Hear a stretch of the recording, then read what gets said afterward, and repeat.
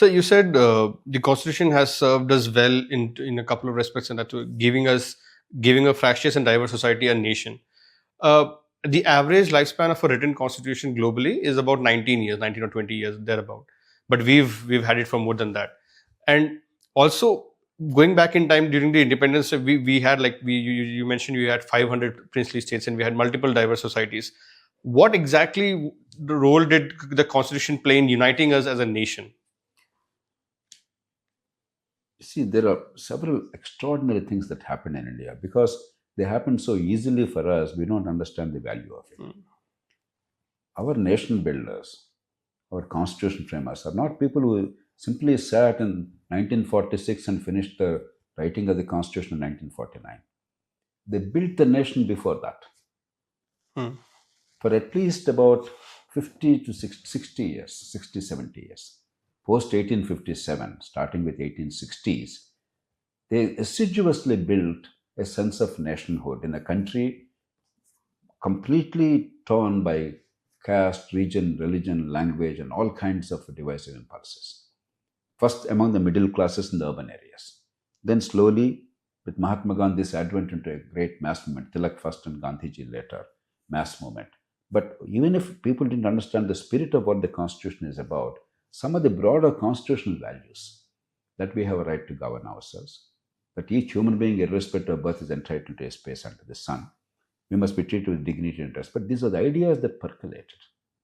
On a sufficient scale, I'm not saying every individual embraced those ideas, but on a sufficient scale across the length and breadth of our society. And these are leaders with credibility. They are trusted. And they earn the trust by their sacrifice, by their hard work, by their intelligence, and their capacity to unite people. And that's why the constitution making became possible. There were intense debates, but very friendly debates. There was no acerbic approach. There was no anger. There was no hatred. There was no mistrust. Many of the constitutions you're talking about, they're hodgepodge. Mm. There's no trust. Even tiny countries like Lebanon, or otherwise very civilized rich countries like Belgium, there's no trust. In Belgium, the Flemish people don't trust the French people. They're roughly divided half-half in the country. Lebanon, tiny country, the Mennonite Christians, the Sunni Muslims, the Jewish people, some other stock, they don't trust each other. The Shia Muslims, they're fighting. Cyprus, a tiny country, Northern Cyprus, Southern Cyprus. Whereas India, with the diversity, it's a remarkable tribute to our founding fathers. Never underestimate that, the work done then. And then the first 10, 15 years, while economic policy we bungled very badly. In terms of building state institutions, remarkable work was done. The second great thing about our constitution is the flexibility. While the basics, the fundamentals are pretty clear, universal franchise, fundamental rights, electoral democracy, and so on and so forth, they're clear, and federalism. The detail is always open to change depending on the circumstances. That's why we amended the constitution more than 100 times without much fuss. Only once we amended to undermine the constitution, the 42nd Amendment during emergency.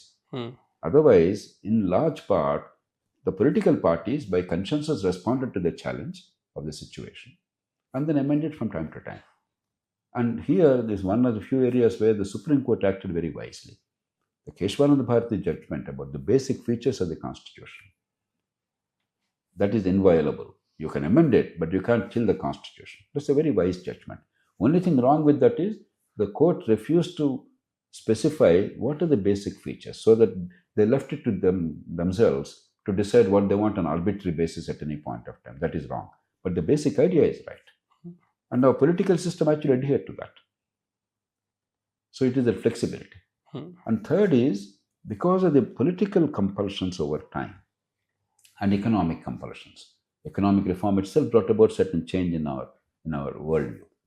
And the fact that multiple parties came to power in multiple states, regional parties, etc., federalism, at least at the state level, became very real. So we did not stop at the Constitution in 1950. The constitutional values actually percolated in some respects. While in some respects they declined, there's no doubt about it. In some respects they improved. India is much more federal today than it ever was. But there's a deficiency because the constitution itself is deficient. We never bothered about the third tier of federalism because of Mr. Dr. Ambedkar's mistrust of local caste elites. Local governments never took roads. There was a simple answer to that challenge of caste elites. We should have created larger units than a traditional village so that the democratic numbers rather than the caste hierarchies will dominate. Instead of looking at the solution, we made it a wishy-washy provision. And eventually, when we brought in the constitutional amendment, it was a very ill thought out amendment, well meaning, but very poorly structured amendment to create overstructured, underpowered local governments. So the third tier of federalism is not maturing. That's, in fact, the glaring weakness of our constitution and our democracy. But the second tier has become very, very strong. Mark my words, the future of India's states is in the states' hands. The state government matters in India. It's not the union government that matters. And that's the evolution in the last 30, 40 years. So in many ways, the constitution stood the test of time. It doesn't mean that every word is sacrosanct. Right. We cannot change that. The founding fathers never wanted it. But fundamentally, there's nothing wrong with the constitution. Right. It's the right document with the right accent and the right issues. And if there are some things we need to correct it, like local governments, I believe we should strengthen. Certainly, constitution does not preclude that. So the popular opinion among the right wing finds issues with a couple of terms in the preamble, particularly socialism, secularism. How do you see that? See, my friend Sharad Joshi, and my mentor and a great friend, he used to always argue that Jayaprakash, this word socialism, he was allergic to that word. Imported in the constitution is completely wrong. No, we will never accept it, we'll fight. I used to laugh and tell him, you're fighting, tilting at windmills. You define socialism as what is socialism? One person may say socialism is controlling all the economy, government controlling all the economy and having monopoly. That's a dead philosophy. When we discarded that in 1991, almost the whole sensible world has discarded it. But my socialism is giving every child an opportunity irrespective of the caste and birth. Every child getting quality education, quality healthcare, an opportunity to earn a decent living and live with dignity. If that is my socialism, I'm perfectly happy. Define it in your way. Why are you fighting that? See, in a large and complex country, there are so many things to change. We must focus on the critical things that actually make an impact on people's lives. If we all have a bee in the bonnet and then waste our energies on trivia, which have no consequences in terms of outcomes, I think we are being less than practical. So I don't think these words matter. Secularism is anyway embedded in the constitution. The word may not have been there. Socialism was never embedded in the constitution. If the socialism is understood as Soviet style of government, state monopoly is a nonsensical idea. If socialism is equal opportunity to everybody, it's a necessary idea, we must embrace it. So I don't think we should bother too much about one or two words here and there.